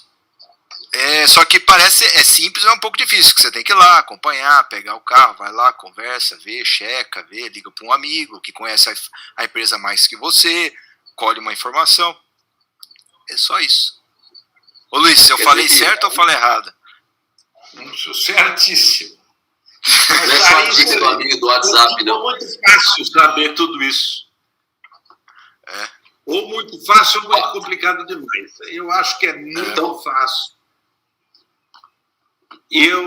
Tem gente que você sabe que você vai pôr o dinheiro que vai sumir o dinheiro no dia que você comprou. Mas também dá para ganhar dinheiro desses também. Porque é tão barato que ele vai precisar fazer uma fusão, uma incorporação, ele vai precisar comprar de você. Então, também vale o risco de acontecer. Tá certo. Mas, eu acho Vai, que, vai além de, agora, vai além de outras- receber outras aquela dica coisas no que- WhatsApp, né? Fala, Pedro. Mas sempre teve essa versão de dicas, né, Luiz? Sempre teve o cara que dá dicas, né? Que gosta de Olha, operar somente ouvindo dicas, essas coisas, né? A LL, você falou da Rumo. Eu, por acaso, eu tinha uma visita marcada, eu saí da Comgás, que ia pagar o dividendo, tudo, e já tinha uma visita marcada num fundo. Quando eu cheguei lá, o cara me falou, olha, a maior posição nossa é a ALL, que era o que ia virar Rumo. A ALL tinha tentado chamar uma subscrição a R$40 e nada, foi cancelado, foi devolvido o dinheiro porque não fechou. Mas só que ninguém sabia que a próxima subscrição ia ser a R$2,75. O papel da Bolsa falido era 40, 35, 40. Tentou por 20 e pouco, e aí era 2 e pouco. E eu saí de lá, peguei o telefone para o Breno e falei, você conhece alguém na LL que conhece? Eu tenho um amigo que perdeu tudo que tem na LL. Eu falei, então fala com ele para saber se ele perdeu e era bom de serviço, alguma coisa tinha... Ele falou, olha, a firma vai acontecer alguma coisa, não tem jeito, fica de olho e pode entrar. Então foi aí que eu garanti que ia comprar todos os direitos de subscrição. Eu comprei todos. Que a Cosan... Eu lembro, tinha os leilões na Bolsa, leilão. Por falta de alguém que comprasse, porque não tinha solução. A LL não tinha jeito. Ela foi dada de presente pelo Garantia. O Garantia falou, entrego, não quero mais botar dinheiro nisso, porque é uma bomba. Eles já tinham entregado a Argentina, e aí falaram, entrega o Brasil também para o primeiro passante. E, por acaso, a Cosan tem um grupo, a união da Cosan com a Shell foi uma coisa espetacular, e apareceram executivos de primeiríssima ordem, com o rigor de investimento, de gasto de capital que a Shell tem pelo mundo inteiro afora. Então, em meses, eles aprendiam tudo o que precisavam saber de qualquer coisa. E o gastar o dinheiro, a Shell sabia como fazer, e sabe até hoje. A Shell oxigenou muito. Né? Os executivos que são chaves hoje são executivos que vieram da Shell, né? O Luiz Henrique, por exemplo. Todos são. E o que eles gostaram muito, né, esses executivos que eram muito bem preparados e gostaram muito, é que antigamente eles tinham uma angústia que eles sabiam o que fazer, mas qualquer coisa que fosse fazer na Shell demorava 10 vezes mais do que qualquer coisa. Quando chegou, esses executivos foram liberados de agir mais rapidamente, porque falava diretamente com o dono, né, que é o caso do Rubens, a companhia ganhou as duas coisas, né, a qualidade do processo e, ao mesmo tempo, a agilidade na decisão. E eu lembro que, no caso da LL com a Cosan, a LL fez um contrato tão ruim, mas tão ruim com a Cosan, do negócio de take or pay dos navios, né, negócio que no final eles deviam tanto para a Cosan que a Cosan praticamente comprou a LL pela dívida e subscreveu mais um pouquinho para ter o controle das ações. De tanto que os contratos antigos da LL, que era a operadora, com a Cosan, que alugou os vagões, os trens para a LL não tinha condições de pagar nenhuma dívida sobre quem estava usando a linha dela, né? E acabou entregando quase que a companhia por essa dívida de um prestador de serviço, usuário de serviço dentro da linha dela. Por isso que esse negócio, quando fala de setor, é difícil você partir da linha de escolher uma empresa pelo setor. Você vê esse exemplo, entrou o pessoal da Cosan, da Shell para tocar ferrovia, que estava sei lá quanto tempo aí com a LL, e porque os caras entraram, começou a melhorar todos os índices de eficiência ali dentro num setor novo. Ou seja, competência de pessoas é um negócio muito mais importante para definir o sucesso. Outra pessoa. Antes disso, eles trouxeram o Júlio, que era o cara da Vale. O Júlio. Esse sim tocava, ele é bem tocado. Que ele é muito antigamente pessoal, ele briga com todos, mas de uma categoria até hoje, ele que dá as cartas. Eu garanto. Exatamente, não é que antigamente era cheio de compra no Mato Grosso do Sul. Exatamente. Antigamente tinha um monte de especialista, um monte de especialista em PowerPoint, mas ninguém sabia tocar ferrovia.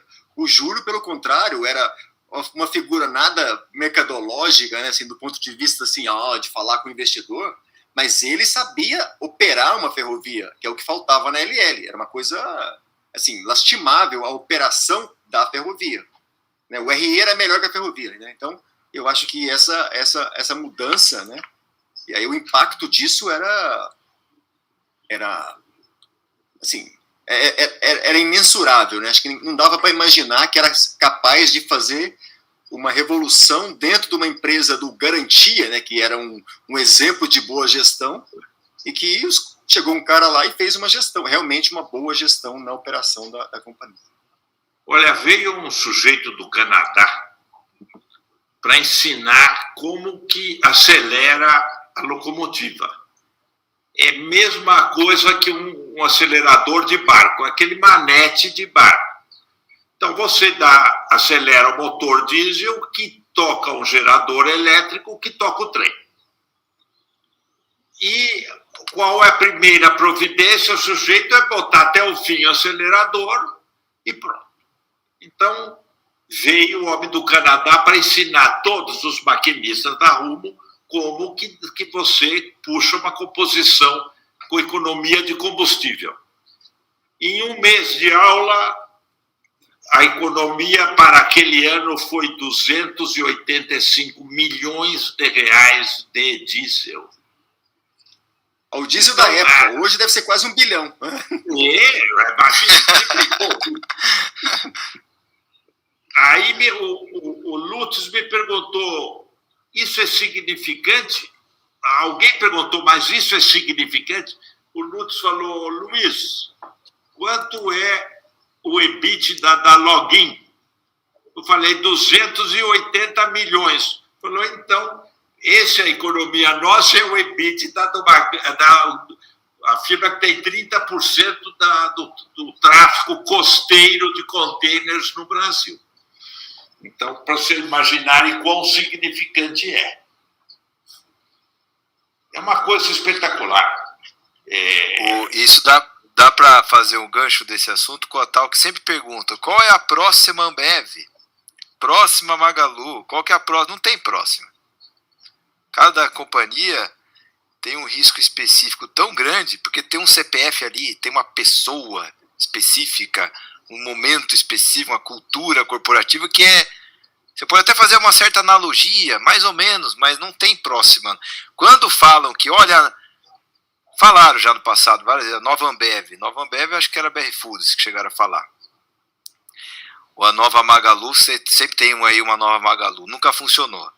Então é uma outra, essa aí é, como que é, falando de caminhão, corre que esse lado, Bino, né? Corre que esse lado. Tem uma nova tal, não tem. Pode ter alguma coisa até melhor, mas nova tal. É que todo mundo acha que é possível. Uma vez que você teve um exemplo, você vai ter outros exemplos daquilo, né? E em alguns casos, né? É um jogo de resta um, né? Só vai restar um ganhador, né? Tinham várias empresas, no final sobra somente um ganhador, e muitas vezes o próprio ganhador nem existiu quando o movimento começou. Eu por exemplo, eu estava ao vivo, assim, no negócio da bolha de internet, né? E o ano era 2000, então teve lá o bug do milênio e tal, e eu era operador no BBA, e na época a ação mais todas as empresas de telecom no Brasil, era uma loucura, Embratel, e aí a ação que era assim, estava na boca do povo, era a Plim, né, Globocabo, né? E aí tinha as ações começaram as ações de internet explodir nos Estados Unidos, e aí qual que vai ser a próxima América Online? E aí teve um cara aqui, Fernando Espuelas, que montou uma empresa aqui, que seria a nova América Online aqui no Brasil, na América Latina, tudo. E ele teve essa conferência feita pela Goldman Sachs no hotel em Nova York, e aí eu fui convidado, porque eu operava lá nesse banco, lá na Goldman, e aí na conferência tinha uma sala, tiveram que alugar a sala do lado, o Fernando Espuelas entrou, parecia o Mick Jagger entrando na sala, todo mundo idolatrando aquele cara, nunca tinha dado lucro, aquelas coisas todas, né? E tinha uma outra salinha pequenininha lá que estava rolando lá um seminário de papel e celulose. Não tinha uma alma viva no seminário de papel e celulose, só tinha no negócio de telecomunicação. E aí, quando eu saí, no último dia, eles fizeram um jantar num restaurante que chamava Le Cirque, que é assim, num lugar, assim, eu tava com a minha esposa, eu olhei para ela e falei assim, olha, tá tudo errado, eu sou tipo um mexicano, né, porque quando o brasileiro que vai nos Estados Unidos é aquela parte do México mais para baixo, entendeu? É tudo a mesma coisa. E aí, o mexicano no Le Cirque, isso aqui não vai dar certo, esse negócio não vai dar certo. E aí eu era o trader, aí eu comecei a montar um monte de operação de queda dessas ações, né? Comprando puts baratíssima, mas não é baratíssima, comprando puts era barato porque você comprava se caísse 50%, você pagava quase nada. E aí quando veio a queda foi de 95%, então praticamente foi o melhor ano que eu tive, foi apostando no furo dessa bolha. E foi nesse déjà vu de ver aquela euforia toda, que eu falei, tem alguma coisa errada aqui, né? E foi nesse momento que eu falei, agora a gente vai entrar numa crise e eu preciso montar o fundo, né? E aí, só que eu não imaginava que a crise ia ser tão grande. Começa a crise, fura a bolha, aí quebra a Argentina, aí tem apagão, aí tem o Lula. Era uma sequência infinita, né, de tragédias e tal. E aí a gente conseguia comprar as ações na bolsa, como eu estava falando, né? Empresa que ia pagar dividendo de 60% a 70% do valor dela, dali a 2, 3 meses, e as pessoas entregando na oferta pública para o controlador. Né? Como é que isso é possível? Né? Assim, por que isso é possível? Como isso é possível? Eu falei assim, olha, eu vou te dar uma pista. O CDI era 35% ao ano. Eu acho que vamos dizer assim, tem cara que fala assim, peraí, para que eu vou me arriscar com qualquer coisa se eu posso aplicar no CDI a 35% ao ano? Então, e eu vi, na época, os juros americanos despencaram, o Fed despencou o juro de 5 para 2. Né? Agora a gente vive uma geração aí de pessoas que têm muita experiência, que já estão no mercado há mais de 10 anos, e que, portanto, há 10 anos trabalham com juro praticamente zero, ou seja, vivendo um mundo de juro zero, e eu não vi, mas o Luiz Alves já trabalhou com juro de 20% ao ano nos Estados Unidos. No Brasil, nos Estados Unidos, né? Então, nessa época, eu acho que era fácil comprar coisa barata também, certo? Só que você compra muito barato para vender barato para comprar outra coisa muito barata. É uma sequência né? E aí, e essas coisas parecem assim, de um extremo para outro, né? É quase inconcebível para uma pessoa que vive hoje comprar empresas que pagam dividendo recorrente de 30% ao ano, sendo que o Luiz provavelmente tinha vários exemplos disso, né, Luiz? Vários. Não foi o Banco Real que chegou a ter essa no Banco Real, as holdings, eu pagava 2% do valor patrimonial e sabia que daqui a 6 meses, no próximo dividendo, tudo que eu gastei eu vou receber. E assim eu colecionei 15% ou 20% de um banco e ninguém queria. É inacreditável isso. Isso é inacreditável. Inacreditável. E é questão, portanto, de timing. E acreditar que está indo bem. Mas, Luiz, o que é mais inacreditável? É esse tipo de coisa ou um dia alguém contar que você ainda vê empresa num IPO negociando a 100 vezes o faturamento? Isso vai existir sempre. Molezas é que é difícil de achar, que é inacreditável. 100 vezes o coisa vai ter sempre. Como tem hoje. Vai estar sempre aí, né? Está aí, está cheio hoje. E é as ações que todo mundo quer. É essas que querem. O pessoal aí, só quem foi quer, querer Magazine Luiza quando ela estava 150 vezes o lucro. Aí todos queriam. Agora ela deve estar 30 vezes o lucro, 40 vezes o lucro. O pessoal, não, caríssimo, precisa valer 5, 7. Eu sou do tempo de PL4, PL3, é isso que eu gostava, era uma delícia. A gente tem isso numas blue chip da bolsa, por incrível que pareça. Isso que é mais não é 3, mas 4, 5 tem. Mas é indissociável. Mas é indissociável. Eu acho, né, que a mesma mentalidade que provoca em alguns setores múltiplos de 30, 50, 100 vezes receita, é a mesma psique que faz alguns setores estarem totalmente largados. Teve um grupo de estudantes que eu falei recentemente, faz um mês e pouco, que por acaso um deles era vizinho meu, que queria juntar uns estudantes lá e tal. Bom, beleza, vamos bater um papo. Fui tomar um café na padaria com eles. Eles perguntaram assim pra mim: Breda, o que você acha de Global Finance? Eu falei assim, desculpa, o que quer dizer isso? Não, investir em ativos fora do Brasil e tal. Eu falei, não, tudo bem, hoje é fácil investir, mas por que você está querendo dizer? O que eu acho disso, de fazer isso agora? De fazer isso agora. Eu falei, mas quantos anos você tem? Eu falei, 19, tem 19 anos, 20 e tal. Vocês trabalham na empresa, na Liga Financeira ou a empresa júnior da faculdade deles. Então, por que você está perguntando isso? Não, porque lá todo mundo só investe fora, que é para ter ativo fora do Brasil, não aqui. Então eu chamo de Global Finance. Aí teve uma hora que fez uma outra pergunta. E as empresas tech e tal, estava no meio daqueles IPOs que teve aqui. Eu falei, não estamos olhando nenhuma.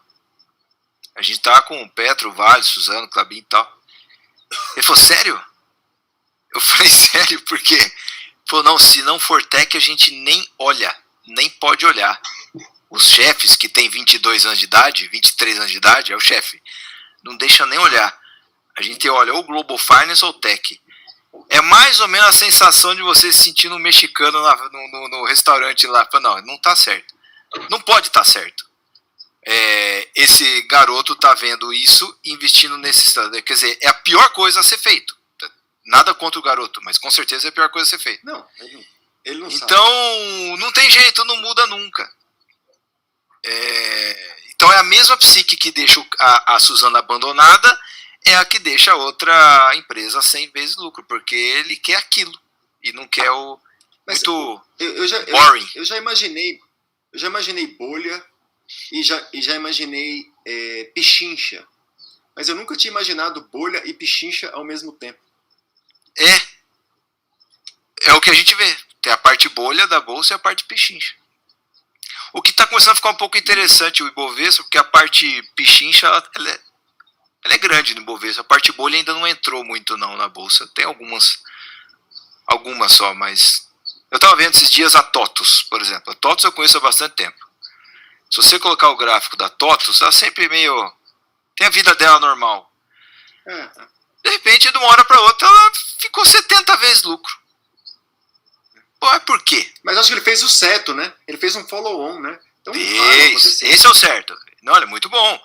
Você pode fazer O Luiz Alves, na Magazine, quando começou a subir bastante, o Luiz Alves ele falou isso publicamente. Falou: se vocês não fizerem uma oferta, eu vou vir sapatear na mesa de vocês aqui no escritório. A gente era acionista e eu brigando. Falei: pega esse dinheiro. O mercado quer? Pega, pega o cheque. Mas ainda fez pouco perto do que dá para fazer, né? Então você vê, por que passou, sempre foi 20 vezes lucro a vida inteira, de repente virou 70?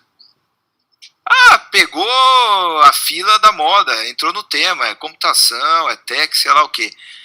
Tá certo ele, se eu fosse ele, fazia mais, pegar mais dinheiro do mercado, pega o que der. Mas eu acho que, se você olhar, eu acho que, talvez, numa visão de longo prazo, né, ele está captando dinheiro barato e, eventualmente, ele vai investir esse dinheiro num momento bom, né, porque em algum momento, dentro do negócio dele, vai sobrar oportunidade boa para ele gastar esse dinheiro que ele captou agora. Você não pode querer captar dinheiro na época que tem um monte de oportunidade, porque aí você também tem que pagar caro para poder captar dinheiro. Não, você acaba tendo, não se beneficiando dos dois lados. Tá ótimo. Então tudo se repete, não tem jeito. A gente vai caminhando aqui para o final da live. As perguntas aí das pessoas, Marcelo. O que a gente ficou falando aqui, esse papo de amigo aqui? Eu vi algumas perguntas, uma eu fiz, que era do Daniel. Aí, deixa eu buscar alguma pergunta aqui. Queria escutar a opinião do Luiz sobre Cogna. Eu não sei se vocês querem falar no assunto. Dá para falar. Mas quer você falar, então, Luiz? Posso falar um pouco? Não, eu não posso falar, não conheço as restrições. Você sabe restrição, porque nós somos do conselho, então eu não sei o que se pode falar, o que não pode falar, ou o que seja. Não que eu saiba alguma coisa. Não, dá para falar motivação original, ou qual que é a história, né? Que está se desenvolvendo. A história vai demorar ainda uns 4, 5 anos, mas é uma empresa que esteve num setor que foi turbinado, né, pelo governo, FIES, deu condição de pagamento para quem não deveria ter condição de pagamento. Então, naquele momento, se eu não me engano, ali por volta de 2015, 2016, a então Croton era uma das ações mais modas do mercado. Acho que quase todo fundo que eu olhava tinha uma posição de Croton. Eu já conhecia o pessoal da Croton desde 2011. Eu vi lá pequenininho, desde quando a antiga Croton comprou a Iune, veio o Galindo, alguns executivos. A nossa sócia, a Ângela Freitas, é do ramo, né? Trabalhou na Embi Morumbi. O pai dela criou o primeiro curso de turismo no Brasil, foi uma dos investidores iniciais da Anhanguera, que depois fez fusão com a Croton. Então a gente observou esse setor de educação listado em bolsa de fora. Quando começou a sair o FIES começou a ser retirado das empresas, a gente começou a ver que, olha, agora acho que vai ficar interessante, porque o FIES turbina o resultado de longo prazo, ou de curto prazo, mas pode atrapalhar o resultado de longo prazo, porque o FIES tornava rentável várias empresas que não eram para ser rentáveis, não eram nem para existir. Então existia uma bonança de curto prazo que iria virar uma hipercompetição de longo prazo, levando as margens lá para baixo, porque tem um monte de competidor que não era nem para sequer existir. Quando tirou o FIES, agora vai começar os ajustes no setor. Tira o FIES, aí começa a boiar alguns corpos, né? Aí a gente começou a ler faculdade não listada, né? Praticamente quebrando, quer dizer, começou a aparecer toda a parte ruim do setor. No caso da Cogna, o que eles começaram a fazer? Não dá para eu simplesmente mandar o aluno que não tem como pagar embora. Então começaram a financiar o aluno. Financiamento próprio. Só que esse aluno vai dar uma inadimplência enorme. Ele não tem condição de pagar. Então a empresa começa a ter um monte de provisão e recebíveis que nunca recebe.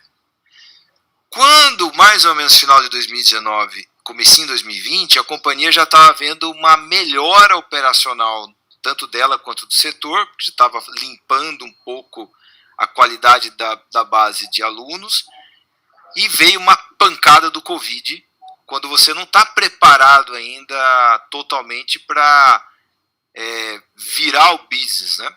Veio uma pancada enorme, o ensino presencial sofre, assim como se fosse fazer um paralelo com o varejo físico, né? E a inadimplência piora, e sorte que a Cogna tinha feito um follow-on a R$11 por ação no começo de 2020, final de 2019, então encheu bem o caixa, que estava estressado por conta da aquisição da Somos, que é o Ângulo, o PH e tal. Em 2020, não teve opção para a companhia, a não ser ter que atacar com força cada um dos problemas, que é base de aluno pagante, renegociar contrato de campus, que estava mal dimensionado, campus grande para uma base de alunos que não vinha, tombar curso do presencial para o online, e uma série de coisas que toda companhia tem que fazer quando passa por dificuldade, enxugar quadro, demitir, rodar consultoria estratégica, ficar mais eficiente e tal. Quando a gente chegou no final de 2020, e nesse período todo a Alaska montando posição, né? Como o Luiz fala, você nunca sabe quando é que vai ser o fundo do poço, ou quando é o exato momento, você vai fazendo conta e vai estudando e vai vendo a companhia. Quando chegou no final de 2020, a gente viu que a companhia de fato estava fazendo tudo o que precisava ser feito, reconhecer todas as provisões, todos os contratos mal desenhados, todos bem renegociados, e vendo uma vez só no balanço uma chuva de sangue, né? Porque provisão que você reconhece, baixa de ativo, é o tal famoso banho de sangue. Mas que no nosso entender começou a deixar a companhia mais limpa para todo esse processo deles, que eles mesmos estão desenhando, e a gente vai acompanhando para ver se está andando conforme o planejado, para todo esse processo que a ideia é que se desenvolva nos próximos anos, que é você parar de ter matrícula de curso ruim, já parou, mas a hora que você para de ter matrícula num curso não rentável, você vai carregar ainda alunos por 4 anos. Porque não tem mais matrícula, mas o aluno sai do ano 1 para o 2, do 2 para o 3, até se formar. Então, nos próximos 4 anos, mais ou menos, a gente espera que todos os cursos ou áreas não rentáveis vão diminuindo, ao passo que o que é rentável vai crescendo e ocupando espaço, que é o EAD, os cursos de medicina, a parte de plataforma, a parte de tecnologia. Qual que é o nosso trabalho lá? É acompanhar para ver se tudo que foi planejado, que a gente acha que faz sentido, está sendo feito de acordo. Falando do passado, olhando os últimos 2 resultados trimestrais, já mostra que está bem diferente do que foi 2020 e 2019, em capital de giro, em margens e tal. É o que dá para falar. Posição importante nossa, que a gente acha que está implícito, né, no preço da ação, algo que não vai voltar mais a ser o que era. No caso da Cielo é a mesma coisa, né? Então a Cielo caiu, a gente não tem Cielo, a Cielo tombou do 20 para R$2, por exemplo. Porque o MDR mudou para baixo para caramba, surgiu um baita de um novo concorrente, Estônia. A Magalu, que antes usava a Cielo, passou para a Estônia, agora tem a Magalu Pagamentos. Então surgiu um monte de concorrentes e a margem do setor tombou. Então faz sentido, parece, né, que você ter mudado o valuation todo do negócio. E na Cogna mudou estruturalmente? As margens mudaram estruturalmente? A base de alunos pagantes mudou estruturalmente? Acho que alunos não. O Brasil continua formando mais ou menos, tem a mesma quantidade de jovens aí. Margem, eu não sei, alguém está vendo mensalidades nas faculdades desabarem? Não. Custo poderia estar subindo muito, custo nas faculdades subindo. Mesma coisa, o custo igual a todo mundo. Então, estruturalmente, a única coisa que mudou de verdade, que a gente achou que ia ser mais drástico e na verdade está voltando para trás, era muito mais aluno querendo o ensino à distância e pouquíssimos o presencial. Então a companhia estava se adequando para isso. Mas a gente está sendo surpreendido com o contrário. Os alunos estão querendo voltar até a aula presencialmente mais do que a gente imaginava. Então a companhia vai ter que ir se adequando para esse normal aí, que vai ser não muito diferente do que era no passado. talvez um pouquinho mais de online, um pouquinho menos de presencial, mas toda essa chacoalhada serviu para a empresa criar uma casca mais dura e ter que focar no que sabe fazer, no que interessa. Margem, rentabilidade e tal. Então, acho que é o que dá para falar. Agora, o que vai se desenvolver daqui para frente, ninguém tem certeza, ninguém sabe, a gente tem as nossas opiniões e baseado nisso a gente tem a posição. Tá bom. Bom, alguma consideração final, Luiz? Não, acho que falamos de tudo que podia falar. Brenda? Acho que o que fica, acho que é uma grande lição que para mim eu vejo do Luiz Alves, vejo do pessoal já mais velho e tal, é o seguinte: dá uma olhadinha na opinião geral das pessoas, né? Tenta observar o que o consenso está falando ou opinando. E se identificar um certo padrão, provavelmente o contrário disso é o que vai funcionar. Porque as opiniões acabam sendo expressadas e concretizadas nos preços. Então, o preço, se eu tiver uma opinião bacana com relação a um carro, o carro não muda o seu estado físico por causa da minha opinião. Se todo mundo achar um carro bonito, possivelmente o carro é bonito mesmo e ele continua sendo o que é. Agora, a opinião das pessoas muda o estado da bolsa.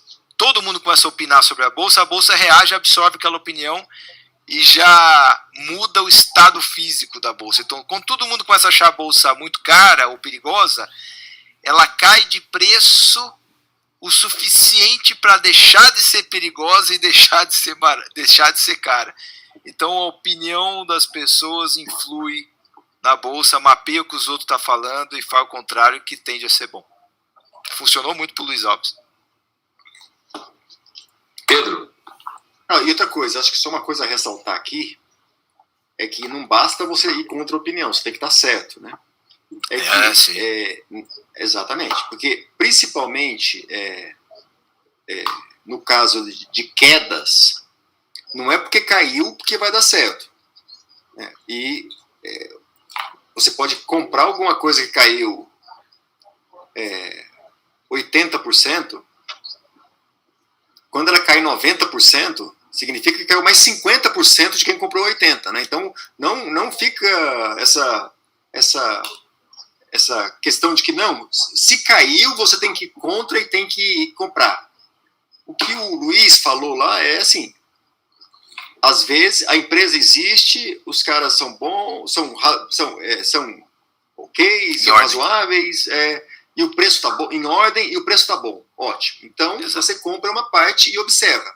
E se você repetir isso algumas vezes, entre acertos e erros, você vai ganhar muito mais do que fazer exatamente o contrário, que é, agora vamos comprar essas 10, porque essas 10, segundo a opinião de todos, são as melhores. Aí, provavelmente, o efeito vai ser o contrário. Quando você ganhar, você vai ganhar 20%, 30%, 40%, mas quando você perder, você vai perder 90%. Então, não é que um caso, né, vender uma ação que subiu muito significa que você vai estar bem, ou comprar uma ação que caiu muito significa que você está bem, mas repetir esse processo com uma certa disciplina, eu acho que é o segredo, né? É muito mais não caso a caso do que dizer que essa é a fórmula. Comprar uma ação que caiu muito significa que você vai dar certo. Não. Toda ação então, pode cair mais 5%. Vocês já pediram para mim dar um palpite final? A bolsa é cíclica. E desde 60 ela respeitou as curvas de alta e de baixa. Nós estamos a 20% acima da linha de sustentação. Temos 80% de alta para encontrar na linha de cima do canal. Então, quem acerta o ciclo acerta a vida. Dos erros que você fez escolhendo o papel errado e tal, porque a Bolsa vai subir, porque está no ciclo de alta. E ponto. Nós estamos no ciclo de alta. O que vai acontecer, não tenho ideia. Qual é o start que vai dizer que a Bolsa vai explodir? Não sei, mas que ela vai explodir. E continuo dizendo, não é nenhum milagre. Nós vemos a Bolsa entre 150 mil e 200 mil pontos em dólares. Nós vamos acontecer isso, e eu, por acaso, escapei da Covid e não morri. Então, acho que não vou morrer nos próximos... Vou ver esse plano acontecer. Não é... O pessoal fala é impossível, porque o problema não é o dólar. O dólar vai estar valendo 1,50, 1,80 nessa época. Então, 200 mil é 300 mil a Bolsa, que não é nada de exagerado. Em reais, ela não vai subir tanto, mas em dólar vai subir uma barbaridade. Tá dado recado. Isso daí. Tá bom. Bom, Obrigado. muito obrigado, Luiz, muito obrigado, Henrique Breda, muito obrigado, Pedro, pela participação aqui na live da Invi. Quanto custa a assinatura anual? Quanto você falou? Anual, aqui na promoção hoje, R$ 179,10. Só essa live já valeria. Tá errado esse negócio. Tá errado isso aí. Só esse... Ô, Luiz, tá mais barato. Isso é mais barato que comprar aquela... Trata de trabalhar feito louco aí para dar conta de atender todos. Mas o cara que assistiu isso e assistiu essa live já se pagou quantas vezes, Luiz? Me fala aí quantas vezes. Qual foi o investimento desse cara? Quanto foi o retorno dele, né? Bom, se ele aprendeu alguma coisa investimentos aqui... bons começam com esse tipo de coisa, né? Os caras lá são sérios. Olha, eu vou te falar, aqui na Leve os caras são sérios. O preço que tá pagando tá bom? Tá bom. Porra, então tá aí, faz o investimento, né? Eu vejo assim.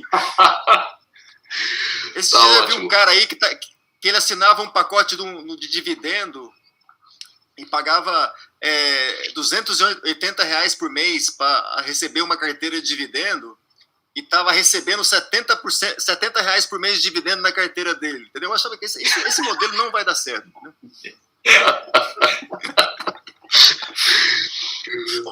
Assim, isso. O básico você tem que gastar menos do que você ganha. Se você paga uma carteira de dividendo menos que você recebe dividendos, não vai dar certo. Então, aqui a gente acha que tem que ir mais gente pelo preço parado. Para você que quiser assinar com esse preço exclusivo de R$ 179,10, basta entrar lá, colocar no campo de cupom a palavra exclusivo em letra maiúscula, você vai ter acesso a 1 ano por R$ 179,10. Realmente a promoção aqui em homenagem ao Luiz e ao Henrique Breda tá demais. Bom, posso só fazer um comentáriozinho? Deixa eu só fazer um comentáriozinho, que isso é interessante. Quando a gente fala com uma empresa, a gente presta atenção no que ela fala e no que ela não fala. O que ela não fala pode ser tão valioso quanto. Se as pessoas prestarem atenção e verem esse vídeo de novo depois, ficar gravado, a gente não falou de política. Não interessa. Exato. Fica uma baita de uma lição. Política é relevante. Política é relevante. Assim, acho que não tem nem criatividade. Eu tô falando, há 20 anos atrás eu conversava com o Luiz Alves para tentar fazer ele virar meu cliente e os grandes, para comprar uma empresa de energia, de geração de energia elétrica, e os grandes riscos eram o apagão e a eleição do Lula. Porra, o que mudou? Mesma coisa, vai mudar tudo igual, né? Exatamente. Fica aí pro pessoal, ninguém ficou falando. Obrigado, pessoal, valeu. Obrigado, Henrique Breda. Obrigado, Luiz. Um abraço, Pedro. Obrigado, Henrique. Um abraço a todo mundo tchau. que participou, que ouviu a gente até agora. Foram quase 2 horas de live. Você pode usar o QR Code invi.com.vc. Um abraço e boa noite. Boa noite para todos.